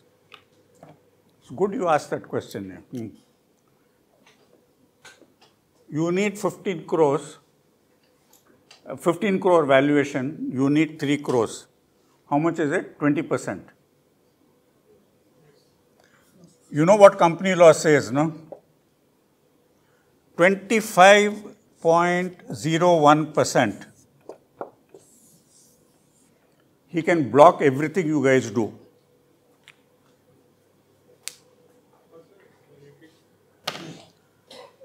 It's a long subject here. He will be able to block everything you do if he goes above a particular threshold. The threshold is 20%. Huh? The threshold is 20%. I think it is, yeah. With me, go with the concept, not with the number. Because I'm a little bit out of touch. So company law has a threshold. I think it is 25%. 25.001%. So he will not want to block you to block the company. At the end of the day, it is his money. But he will force you to run the company the way he wants.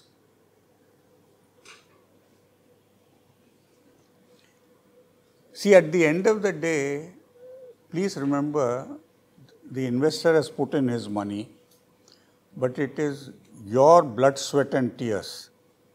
So you need that fine balance where you listen to him and don't listen to him. So I will look at, so sources of funds will depend on the stage of the company and family. Okay.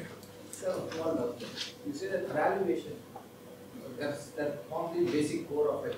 How do you start with diluting? So, like the valuation number, like, is there any body who certify the valuation number? Nobody will certify. Valuation is a joke, even if I say it myself.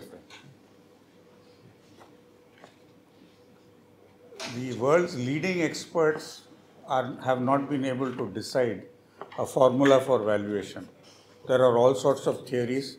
There is a guy called Damodaran. I think Ashwat Damodaran or Ashwin Damodaran, I don't remember, who teaches in New York Stern School, Business School. He is considered the world's Dada on valuation. You try reading some of his books. You will be more confused than what you started with. The valuation is a supply-demand game. the company wants to raise the valuation, investor wants to reduce the valuation. So it's a question of who wins in the end, who wants the other guy more. So the scenario today is that the company wants the investor more. 6 months back, the investor wanted more from the company. It's a supply-demand game. But there are certain theories behind that. So this how to do valuation is again 3-hour topic, 4-hour topic. So let's not get involved, because if I talk about it in few minutes, it will confuse you guys and maybe give you a wrong idea. But we can discuss an instrument which can take out the trouble for valuation. There is an instrument called CCPS. Not all investors are willing to do it.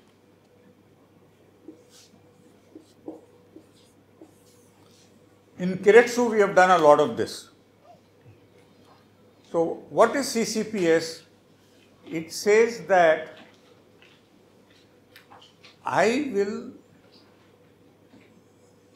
the valuation will be determined in the next round subject to terms and conditions. Okay. So the terms and conditions could be that there is a cap. So suppose the valuation is in the next round is 50 crores and the cap is 24 crores. So this round people who bought the CCPS will be converted at 24 crores. It can be without a cap but on a discount. It can be with a cap and a discount. It can be with a floor, without a floor. What is a floor? Irrespective of what the Godam valuation is, it cannot go below 10 crores or 8 crores. Again, it's a negotiation game. Now, this CCPS is very popular globally, particularly in the US. It is now an approved instrument in India. So, this CCPS fundamentally allows you to defer the valuation to a stage when there is something for determining what the valuation will be. And the next round investors are willing to put money at this price. It's no longer theoretical. Okay, but I don't want to discuss valuation because it's a very complicated subject which requires justice to be done. One doubt. So will that initial investment be considered as a debt till we have? It won't be. It will be considered as a preference share. It's compulsory convertible preference share. Compulsorily convertible preference share.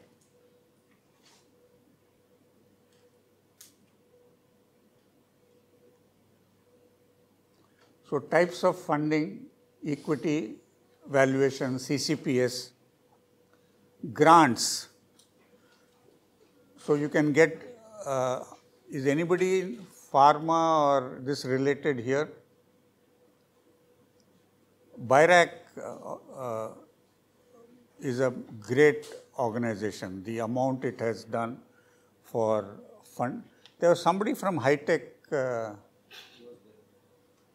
He's gone, is it? Okay. He should have got from BIRAC. Okay. Public sector.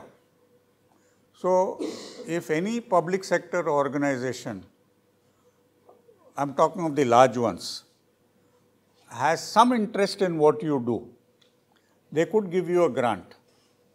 They could give you a grant, no conditions. They could give you a grant with ridiculous conditions. I've seen both.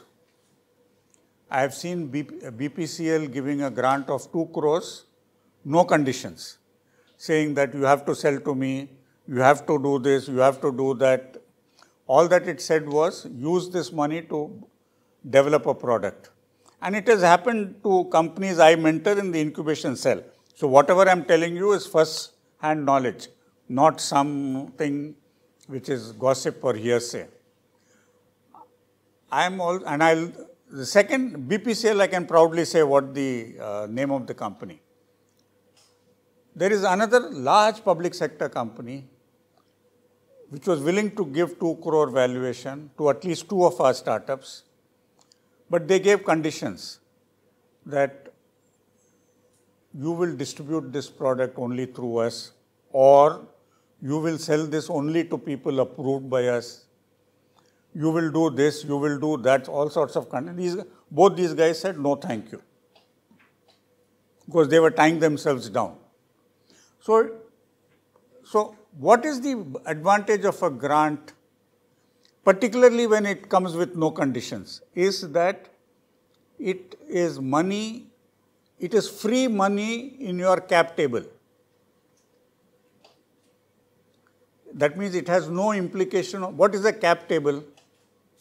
You understand this term? Please remember this term for funding. They will ask you, show me your existing cap table. The investor will ask you. What does that mean? Who are your investors today? And how much shareholding does each one of them have?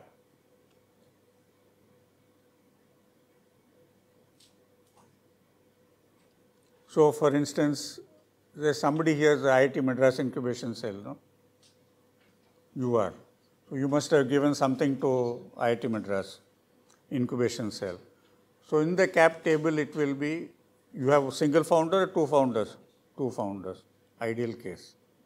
Whatever the share is, and you may have given some shareholding to some other people, put their names, and put the percentages. That is your cap table.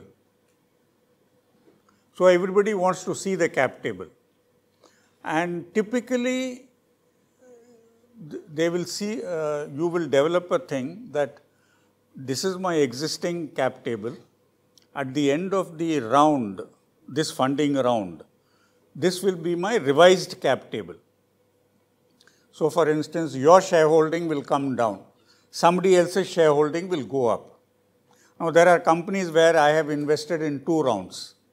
So, it will show at the end of each round how it was. Then you will refer that for information. Because another question they will ask you is, till now, how have you funded yourself? Has any of you taken debt from friends and family?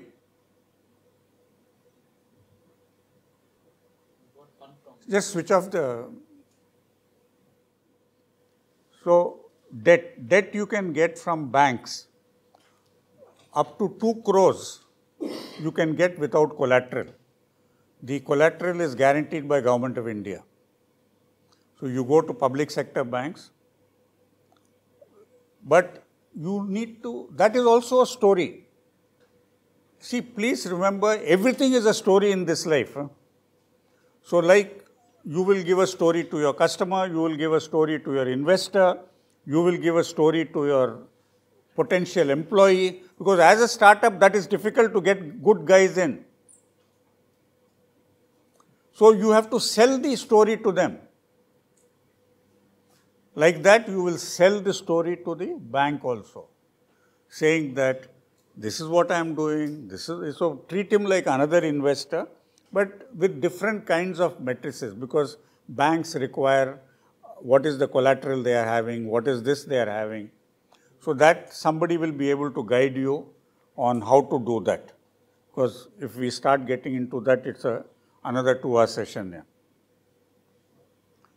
Mudra is a debt which is again guaranteed by Government of India for, incidentally, the 2 crore coming from public sector banks is very recent, about a year and a half back.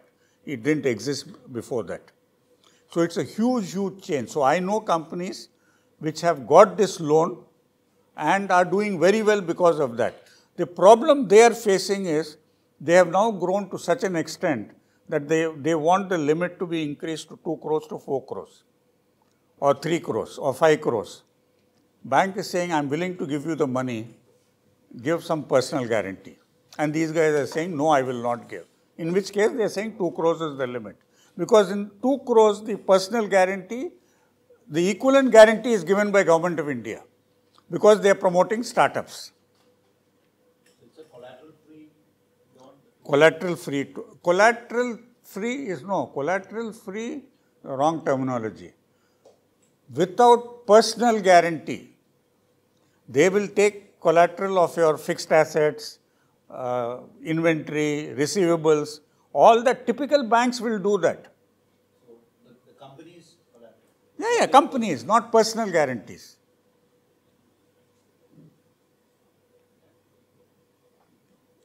What are the other important aspects?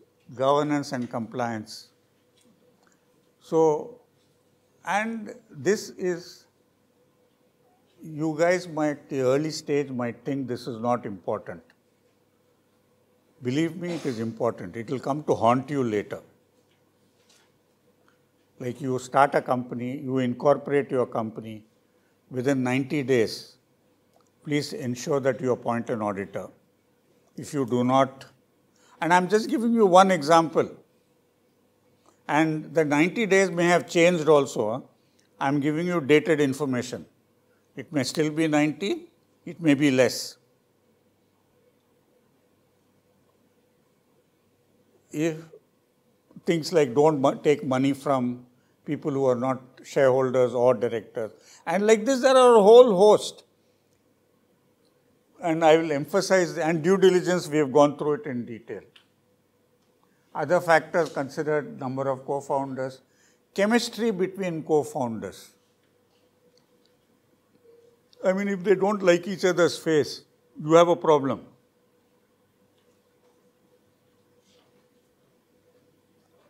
Is there an SHA between the co-founders?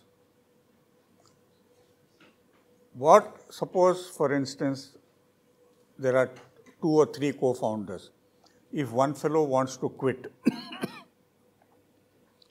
how will his shares be treated? Who has the right to buy it? Obviously, you don't want him to walk away with the shares, because then he'll be a permanent thorn. There are templates available for this. Your lawyers will advise you.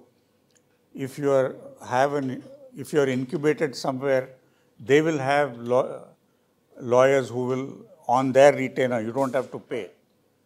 The IIT Madras Incubation Cell, for instance, provides these services.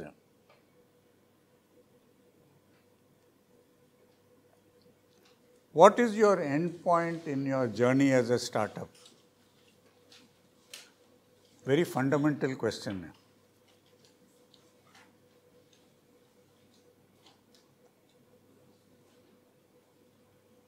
What is the end point? Can we?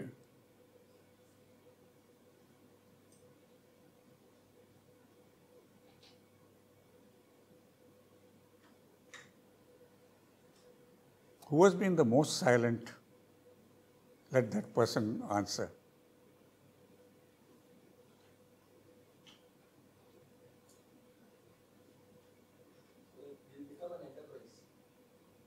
Will become an enterprise. You sure? Yes. In long term. In the long term, we are all dead, yeah.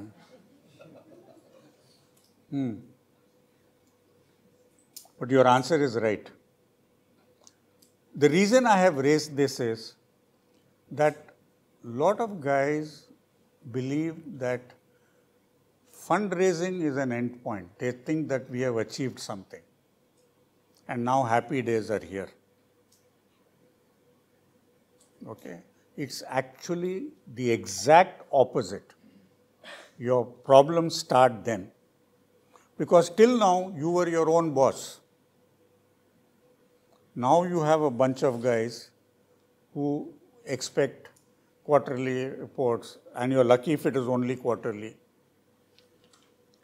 analysis, feedback, all that. But they are doing it for the right reasons. And your journey begins then. It is not the end point. And the reason I have put it there is, a lot of people have openly said, my problems are over, I have arrived, because my funding has done.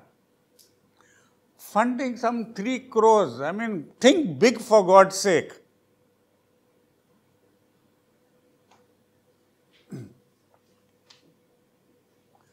Now, just like the investor is choosing you, you also need to choose the right investor. Huh?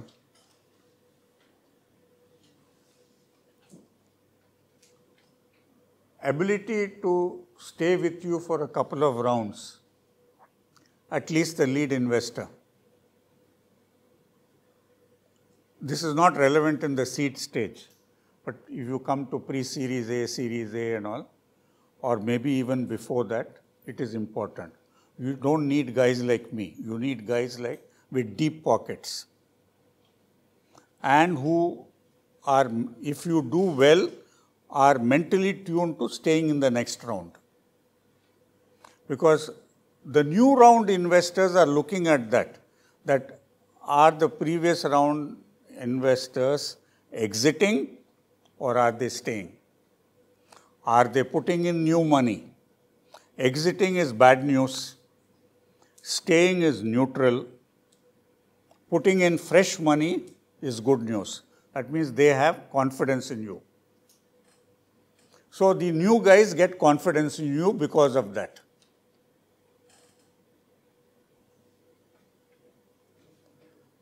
Support to startup. What kind of support can they give? Opening doors to customers, vendors, etc. Now, please remember, they can only make introduction. They can't go and do selling for you. Assistance in area, it's not weak, is double, it's a typo, it is WEAK. I just realized it. Assistance in areas where startup team is weak. So, for instance, let's say you don't have a BD guy. You're weak in the BD area. Till you get a good BD guy in place, or you get a good place supporting you in that. Help in formulating strategies. Ultimately, it is your strategy. But if they are able to bounce ideas, give you options, give you logic at the various options, why this is good, why this is not good, what are the options. See, at the end of the day, please remember that in your journey as a startup, there will never be a black or a white situation. If it was a black or a white, pardon my language, any idiot can decide. Because either it's black or it's white. All decisions you will make in life will be shades of grey. Now, when it is shades of grey, there is never one perfect answer. If it is black or if it is white, it is a straightforward answer. In the shades of grey, there are options. How will you choose the right option?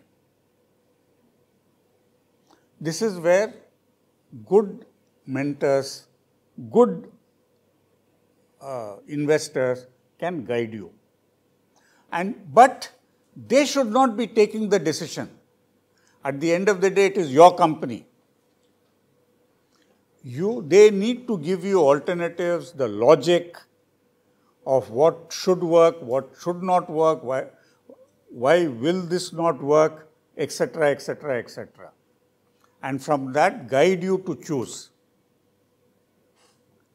Assistance in recruitment of key team members, because invariably these guys have some credibility in the marketplace. So, you also do not want them to micromanage, because lot of time will only go in with them.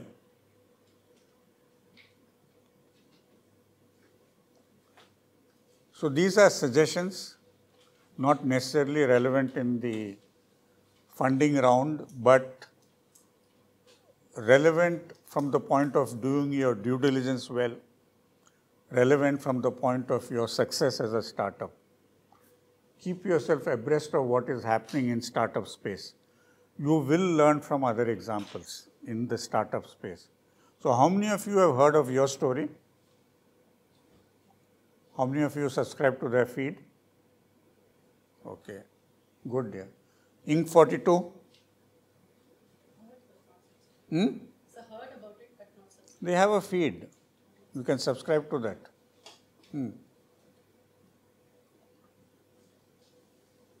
Google Alerts. How many of you use that?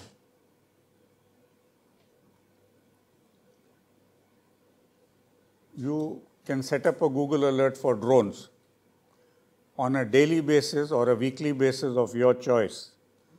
You can even indicate the geography, whether you want only India, whether you want global. On every morning, you will get all the news items which have come on drones will appear. Believe me, 50% will be junk. But, or maybe you're lucky if only 50% is junk. But even if 25% is relevant, you have learned something new that day or that week. So, I would urge you guys to subscribe to Google Alerts in the areas so it can also be, for instance, it need not necessarily be in the product space you're in. It can be with your customers. Like for you guys, GE is crucial. But GE has some million divisions. So GE Aerospace Engines, GE Aviation, that can be your Google Alert. Okay. Again, a lot of it will be garbage. But if you pick up two things on what GE Aviation is thinking, it helps you in negotiating with them. Like that, you told me there are 3 other customers. Put Google Alerts for them. So we will be able to know what is happening. One source of information. I wish it was that simple. Knowing what is happening, believe me, is a full-time job. Unfortunately, you guys can't build teams. In my company, I mean, I used to be MD of Chemplast and head of the chemicals business for the group. I used to have 2 guys doing only this work. They would scan everything relating to my major customers, to my major competitors, to my major vendors. You guys can't afford all that. But the concept is something you should be aware of. And this is a free tool. There are more expensive paid tools available, which please talk to other incubators. You will get some idea of what. Talk to other startups. This bullet is important. Treat failure as a learning. I guarantee you, you guys will make mistakes. I guarantee you there will be failures. The trick is not to get upset over the failure, not to get upset over the mistake, or not to say that I never made a mistake. I have this standard dialogue I spout everywhere. If you have never made a mistake in your life, you have never taken a decision in your life, or your God. Because only God doesn't make mistakes. So, or you have not taken any decision in your life. If you have not done anything, you will never make a mistake. Do you want your startup to be like that? No. So, you will make mistakes. Globally, there is a rule, at least this is for corporate. I don't know about startups, only 70% of the decisions you take are right. 30% of decisions you take will be wrong. Hopefully, it will not be that you have to sell the company because of that your wrong mistake. But so the question is that if 30% of the time we are making a mistake, or whatever be the percentage applicable to startups, I don't know. If we do not learn from that, 3 months later we will make the same mistake. If we learn from that, we will avoid the mistake.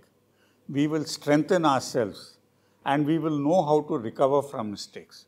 Very, very crucial psychologically also. Because please remember that this is a lonely journey for you guys. At best, you have another co-founder. If you're a sole founder, it is that much more lonely. Okay? You can't blame this on bad luck. There is no such thing as bad luck. Something we did, some analysis, some logic went wrong. So whether this comes up in due diligence or not, this could come up. I used to ask this question a lot about my senior hires, that which were the 3 best decisions you took, which were the 3 mistakes you made in your career in the last 1 year, and what did you learn out of it? And the quality of those answers helped you determine whether this guy has the analytical ability.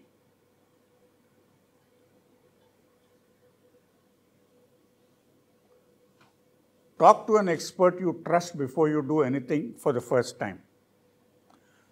I couldn't emphasize this more. I'll give you some horror stories examples.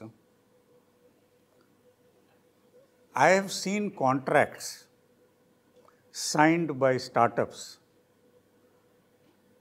who did it without consulting anybody, where they gave exclusive distributorship arrangements to some bloody fly-by-night operator without checking credentials, without expecting minimum demand, minimum sales, without specifying that, without a breakup clause that if this was not done, we will break it up. That guy sold himself to these guys. We ultimately got them out of it, but it was a horrendous job. Like this, it can be anything. If you are doing anything in your life, as I'm talking of in the startup area, for the first time, talk to somebody you trust, particularly if it is contractual, particularly if it has a legal connotation. Otherwise, you may land up doing something which is illegal. Or you may land up signing a contract which in the long run can be very harmful. To give you one example, in the distributorship agreement, the disputes resolution, there was no arbitration clause, and it was based on the courts of Timbuktu. I mean, I'm joking when I say Timbuktu, but equivalent to that kind of thing. Are you going to go to Timbuktu each time to fight the case?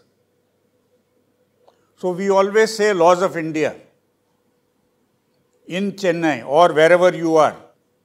If that guy doesn't accept it, so be it. Leave it.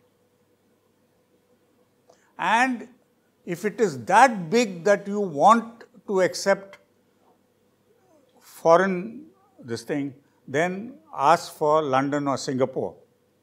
You guys can't afford both today, so stick to India. Large companies like ours, we used to say, if you don't accept laws of India, we will accept Singapore or we will accept London. 99% of the time, the other party will accept it. In the US, you know, there is no US law. I don't know how many of you are aware.